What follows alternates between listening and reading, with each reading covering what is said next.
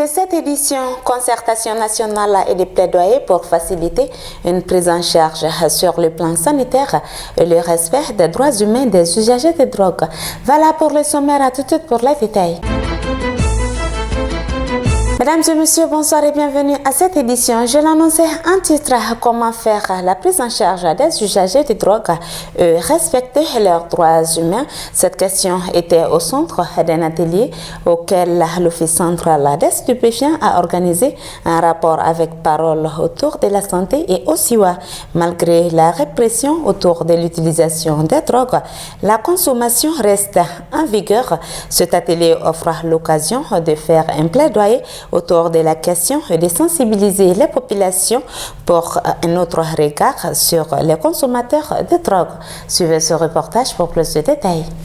L'initiative de cet atelier part du constat que nous avons fait depuis quelques années, c'est les limites de la politique de répression que les États ont engagée depuis des décennies à travers le monde. Et malgré cette politique de répression, des études faites par un certain nombre d'ONG ont démontré que la consommation continue à prendre de l'ampleur. Et qu'au-delà de cette ampleur de la consommation, il y a certaines maladies qui continuent à être propagées par, comme on appelle, les utilisateurs de drogues injectables.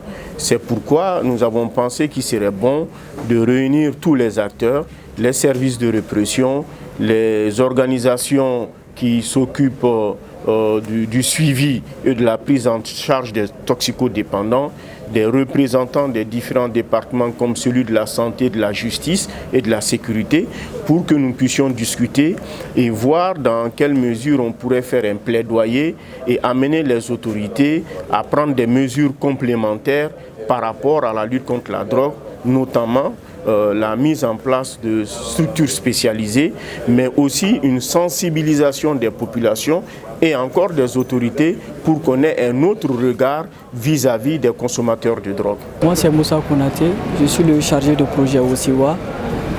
Nous sommes sur un projet dénommé Action de réinsertion de respect des droits humains des personnes usagères de drogue, piloté par Parole autour de la santé au Mali, une association à base communautaire.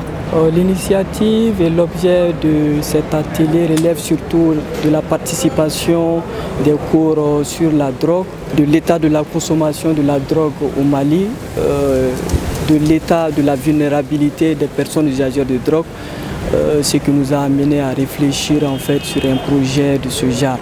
Et le projet favorise la concertation et parle beaucoup de la répression en fait, et surtout les politiques punitives qui défavorisent, qui impactent négativement les personnes usagères de drogue, qui ne sont pas les trafiquants. L'appel que j'ai, c'est surtout aux autorités